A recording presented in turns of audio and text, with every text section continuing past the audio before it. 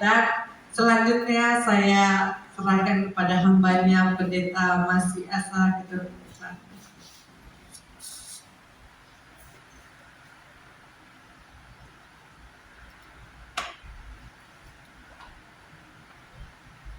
Haleluya, puji Tuhan.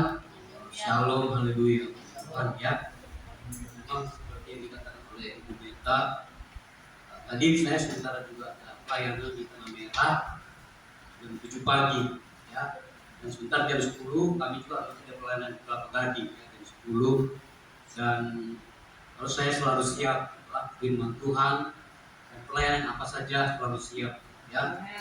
Seperti dikatakan tadi Ibu Beta, omanya Ibu Meta ini, mereka punya oma mantan untuk perintis di Gadang sekolah. Omanya sudah meninggal, mamanya jemaat, kan beliau sudah sekolah kita di GJ. Namanya jemaatnya Yordan Kebun Baru. Kalau sudah tahu kan, sekarang Herman, Pendeta Herman yang gembala dulu dan zamannya Dolfi. Jadi mamanya ini jemaat setia di Yordan Kebun Baru. Kalau omanya, saya masih sempat ketemu omanya sebelum meninggal, beberapa puluh tahun lalu sebelum meninggal. Mereka bersaksi, mereka dua awal-awal di Jalan Gadang ya, Pendeta Habola, Bawi Habola ya. Puji Tuhan, seperti itulah kesaksiannya. Memang istri saya masih family ya. Mereka juga dulu selain family, satu keluarga dulu jemaat di Yordan Kebun Baru ya, dengan termasuk dengan istri saya dan saudara dan istri saya Ibu Beta tadi ya. Puji Tuhan. Mari segera kita baca firman Tuhan. Yang masuk di sini saya baca di Bimbingan Kasih Karunia ya.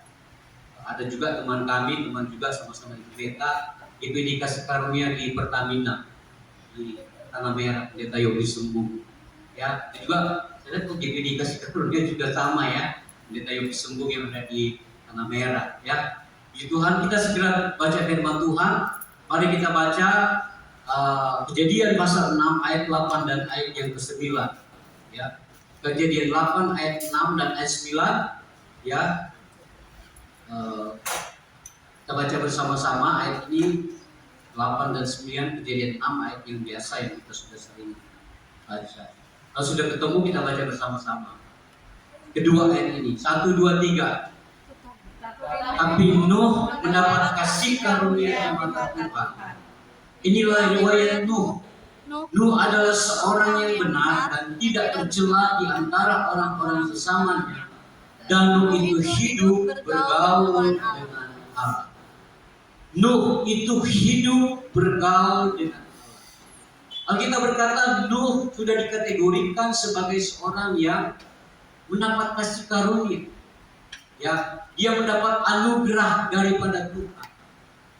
Sehingga dasar inilah yang menjadikan kita, kalau Nuh Tuhan boleh pakai, ya katakan dia seorang yang ahli lah, katakanlah dia sudah bisa membuat sebuah Tuhan, walaupun dia Tuhan memberikan sebuah gambaran bagaimana membuat sebuah kapal, sebuah patra, tapi semata-mata Nuh boleh Tuhan pakai menjadi seorang nabi yang besar untuk menyatakan kemuliaan Tuhan buat bumi ini. Tapi kita tahu bahwa semata-mata pilihan itu Tuhan memilih Nuh. Saya percaya bukan karena Nuh latar belakang dari seorang yang hebat, ya kan? Nuh latar belakang dari seorang yang luar biasa. Ya, Nuh datang dari keluarga seorang yang baik-baik. Saya percaya ketika Tuhan pilih kita jemaat kasih karunia di tempat ini, bukan karena kita siapa-siapa, dari latar belakang berbeda, tapi karena kasih karunia Tuhan. Amin. Karena anugerah Tuhan semata. Siapakah kita ini?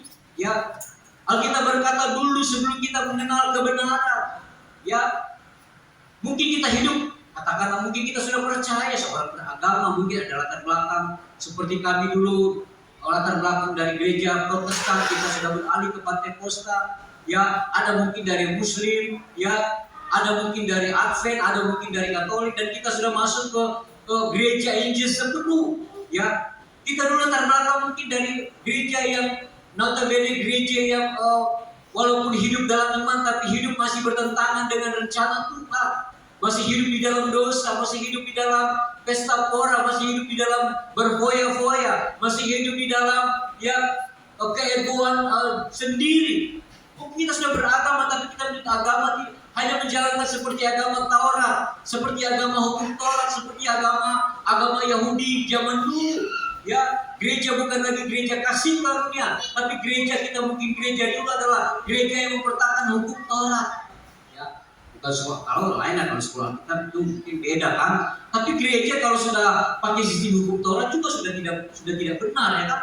Karena saya kemarin khotbah, saya sharing firman Tuhan, saya khotbah di persekutuan kami di jalan di belakang Polres Kelapa Gading. Situ kami ada persekutuan di Panti Bunga Bakung. Situ panti ada juga, kami ada cabang gereja di belakang Panti Bunga Bakung Polres Tanjung Priok. Saya sharing di situ bahwa sesungguhnya bahwa gereja kita, kalau kita memakai alasan bahwa kita berdasarkan hukum Taurat, sebab katakan bahwa kebenaran kita bukan kebenaran karena hukum Taurat.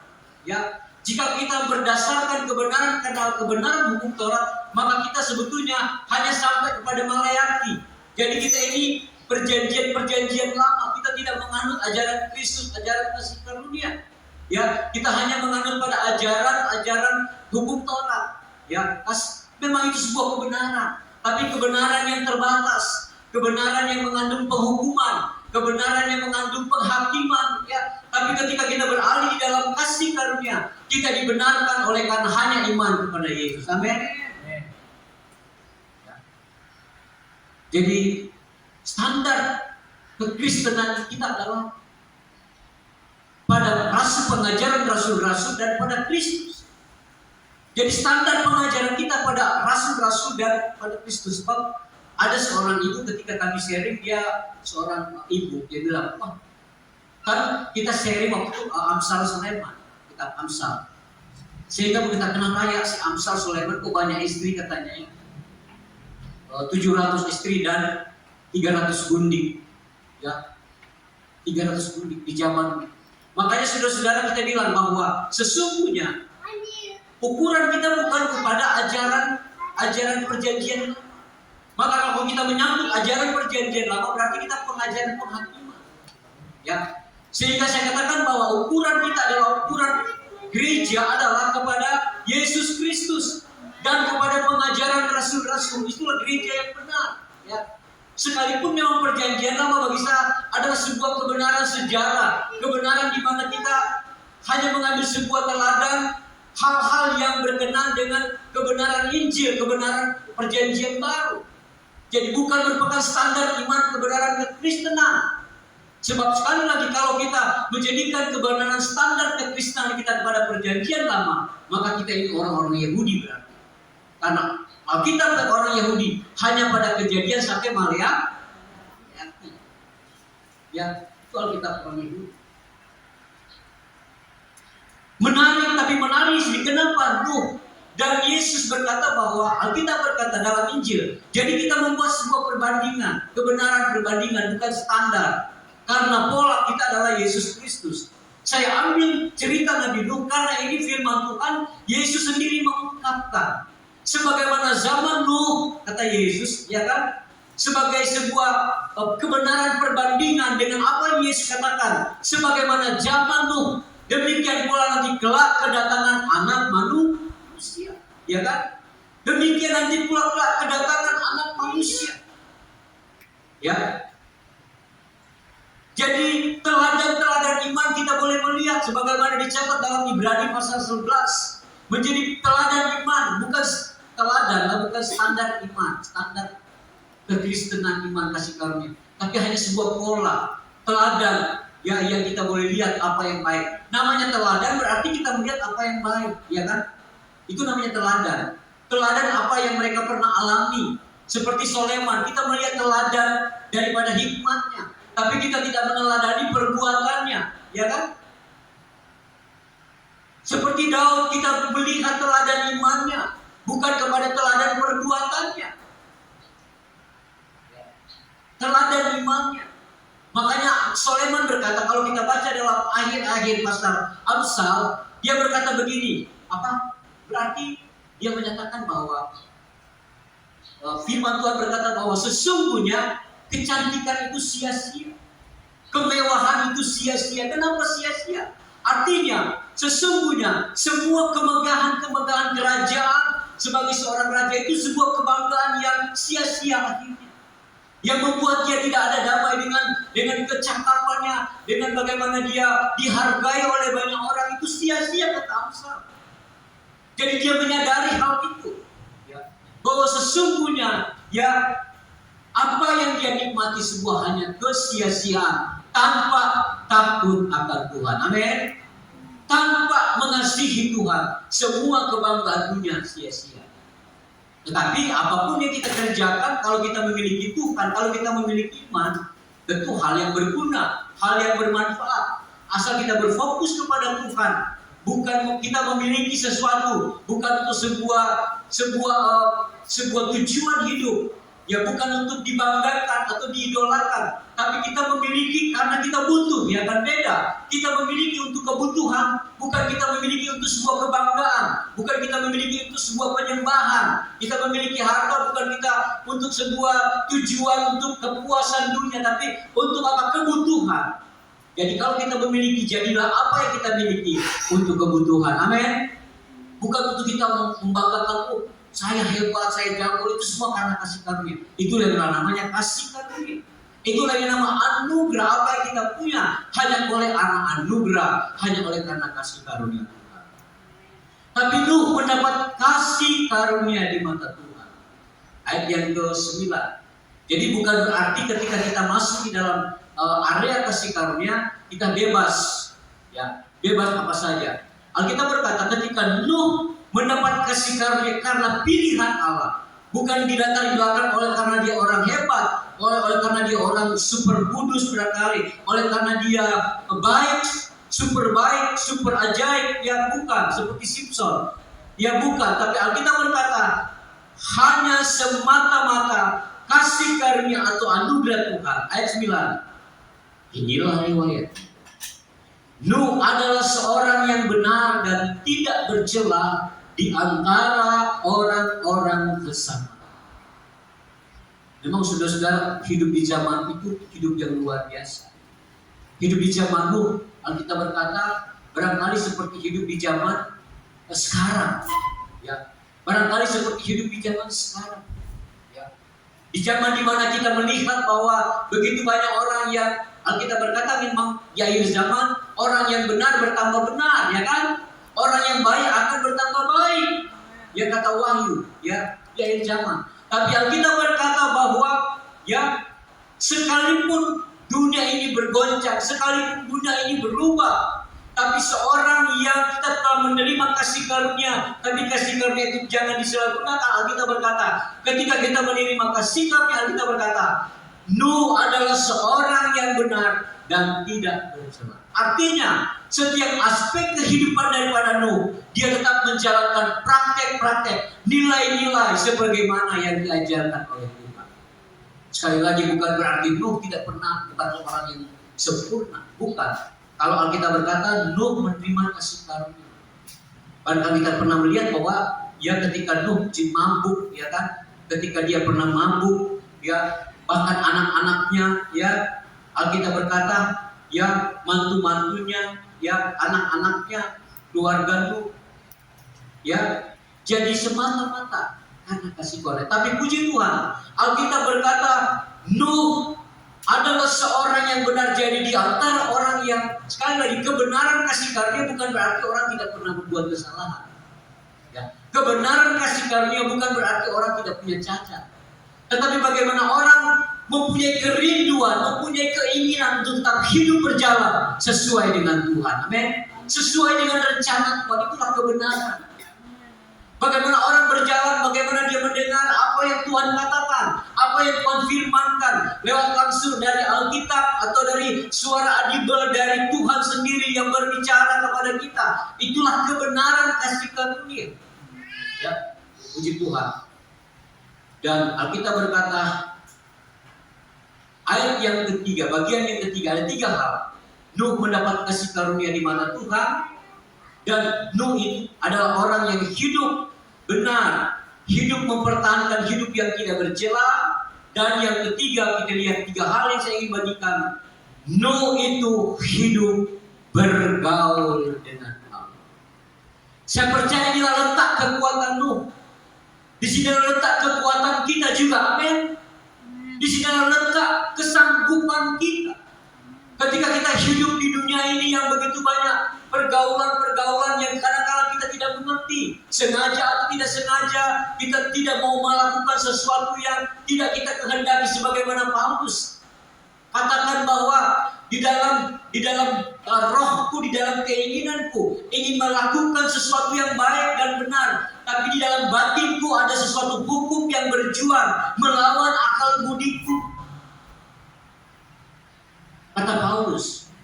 Artinya kadang-kadang dalam kerinduan hati kita yang besar ingin melakukan sesuatu yang benar, tapi ada hukum pengaruh lingkungan atau hukum-hukum yang lain berjuang melawan hukum akal budi kita. Dan kadang-kadang kita berbuat sebuah pelanggaran. Tapi jadikanlah di dalam hati dan roh kita untuk selalu rindu, untuk tetap hidup berkenan di hadapan Tuhan. Amin. Nah, di mana letak? Sekali lagi Alkitab berkata, Nuh itu hidup bergaul dengan Allah. Alkitab berkata, Nuh itu apa? Hidup bergaul dengan Allah. Walk with God. Berjalan terus bersama. Dia bergaul dengan Allah. Inilah letak kekuatan. Artinya apa yang Tuhan firmankan, apa yang Tuhan katakan, ya apa yang Tuhan serukan, apa yang Tuhan perintahkan, ya kita untuk melakukan, ya apakah lewat firman yang tertulis, atau lewat Roh Kudus, atau dengan suara audible yang kita dengar, dari suara yang dipercaya sesuai firman, lakukanlah itu. Sebagaimana Alkitab berkata, Nuh itu hidup bergaul dengan hal itu, artinya penyembahan.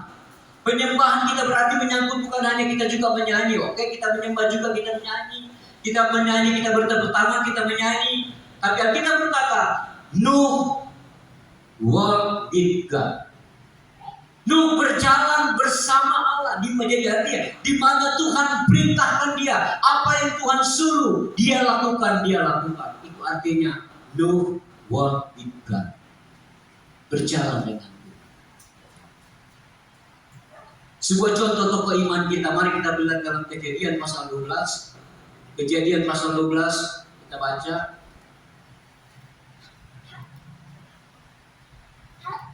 ayat 1. Kita akan baca ayat 1. Tidak usah baca 1, tidak usah baca ayat ini. Kita akan baca saja ayat yang Kejadian pasal 12.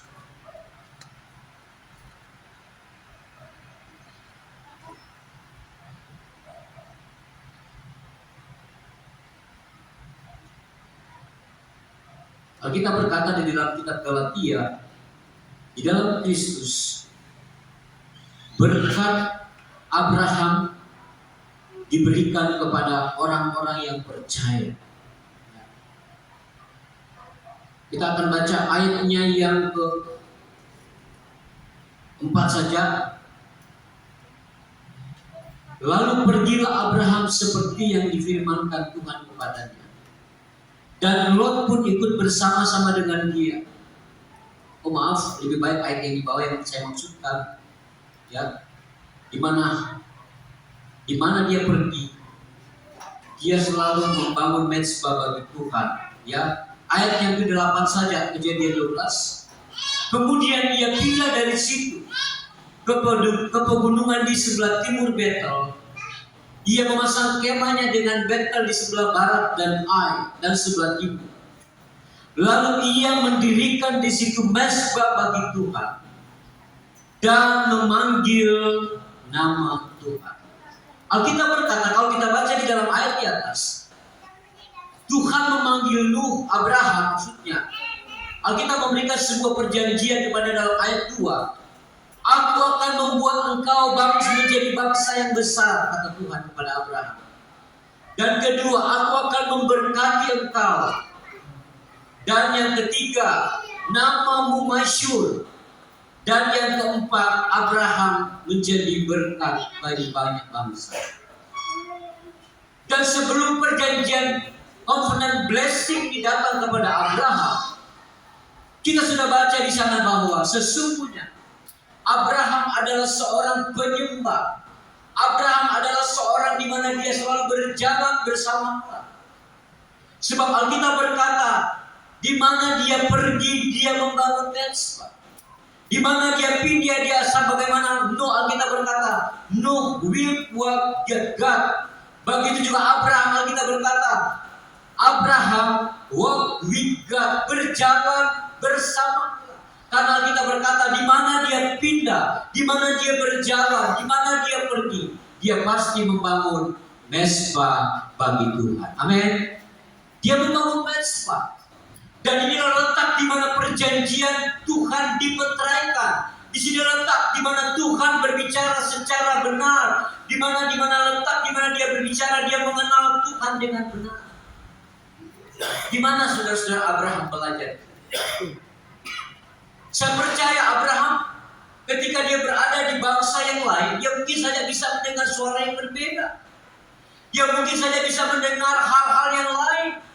Tapi Alkitab berkata dia membangun mezbah. Dan kata mezbah pertama yang kita temui dalam Kejadian, sebagaimana Nuh, Alkitab berkata di dalam Kejadian di mana Nuh juga selalu membangun mezbah.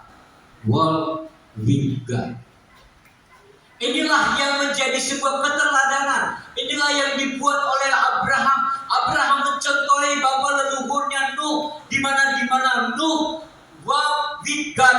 Abraham belajar walk with God, membangun mezbah. Dia belajar dari pendahulu bangsa bagaimana dia mendengar suara yang benar, berjalan di dalam kebenaran kasih karunia sebagaimana Nuh, berjalan di dalam kebenaran Allah sebagaimana Nabi Nuh. Dan Abraham juga Alkitab mencatat dia membangun mezbah, walk with God sebagai nambangan Nabi Nuh. Abraham juga melakukan hal yang sama. Dan Tuhan berbicara dengan benar. Bisa saja orang bisa berdoa, banyak orang bisa bersuara, banyak orang bisa mendengar suara Tuhan. Tapi belum tentu mereka mendengar suara yang benar. Tapi kita percaya Abraham mendengar suara yang benar. Karena sebagaimana Nuh mendengar suara yang benar dari Tuhan yang sama, dari pencipta yang sama, kita percaya Abraham juga mendengar kepada suara Tuhan yang benar. Amin. Suara kasih karunia, yaitu Yesus Kristus Tuhan kita. Alkitab berkata Yohanes pasal 1 ayat 1, firman pada mula sudah ada. Pada awal dunia dijadikan, firman sudah ada. Saya percaya kasih karunia inilah Mesias. Mesias sudah ada dalam keilahiannya sebelum dia menjadi manusia. Yesus sudah ada di dalam awal dunia dijadikan. Alkitab berkata Yesus dalam kemanusiaan. Kita ingat ketika Adam dan Hawa jatuh dalam dosa, apa yang terjadi di sana, saudara ingat? Ya. Ketika Adam dan Hawa memakan buah yang dilarang Tuhan, dan mereka menjadi takut sekali. Ternyata Tuhan ada di sana. Alkitab berkata Allah adalah roh. Tapi di dalam ketritunggalan dia hadir. Alkitab berkata baiklah kita menjadikan manusia menurut rupa dan gambar kita. Dan suara siapa? Suara langkah Yesus. Adam, di manakah engkau? Dan Tuhan berkata, Adam berkata, Tuhan, ketika aku mendengar suaramu, langkahmu, maka aku menjadi takut. Itulah Mesias di dalam keilahiannya. Amin. Itulah kasih karunia di dalam keilahian. Yesus sudah ada sebelum dunia ini. Itulah iman yang benar. Itulah penyembahan yang benar. Amin. Puji Tuhan. Ya. Jadi Abraham sebagaimana makanya Paulus berkata di dalam Kristus Yesus perjanjian covenant blessing of Abraham sampai kepada saya dan saudara. Amin. Galatia mencatat di dalam Kristus Yesus perjanjian berkat Abraham sampai. Kenapa? Karena Abraham membuat sebuah penyembahan yang benar berdasarkan mezbah dan berdasarkan kasih karunia di mana dia mengikuti bapa leluhurnya Nabi Nuh. Berdasarkan kasih karunia di mana Yesuslah kasih karunia. Mesias itulah kasih karunia.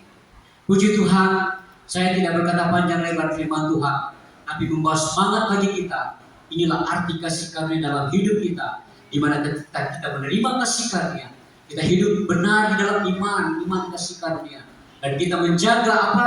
Mesbah kita, hubungan kuat kita dengan Tuhan. Dan saya percaya kita pasti akan diberkati oleh Tuhan. Puji Tuhan, sampai di sini firman Tuhan. Tuhan memberkati kita semua. Saya kembalikan kepada Nyanyi dulu satu. oh ini disuruh nyanyi sama yang ya, puji Tuhan. Pujian dulu sendiri. Pujian. Oh, saya menyanyi sendiri, tapi boleh kan tolong musik ya? Ya. Saya menyanyi, anak saya suka dengan lagu ini. Anak saya juga melayani Tuhan ya. Kau angkatku ke atas gunung bawah. Kau angkatku melewati badai. Tahu ya?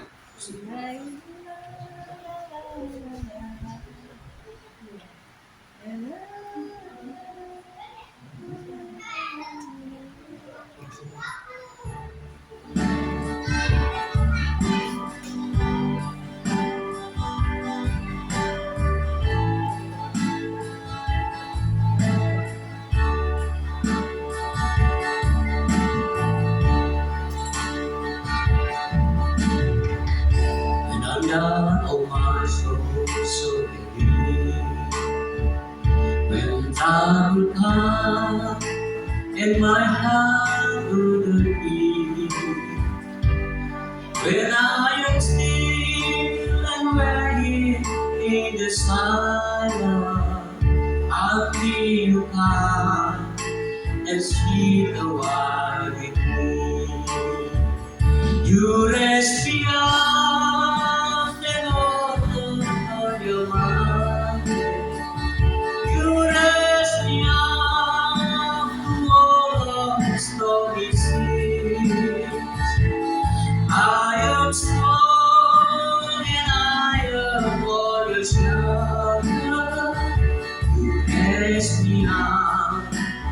More than I can be. When I am down, oh my soul so weak. When trouble comes and melody, and I am still and laying in the silence until you come and sit a while with me. You raise me up so I can tell my hand. You raise me up to go on stormy sea. I am strong and I am all stronger. You raise me up. Kita bernyanyi bersama-sama. You raise me up. You raise me up so you raise me up to all of the stories. I am strong and I am all your shelter. You raise me up. Boleh kau angkat itu, haleluya. Kau angkatku ke atas gunung batu. Kau angkatku melewati badai. Aku semata menopangku lebih dari apa yang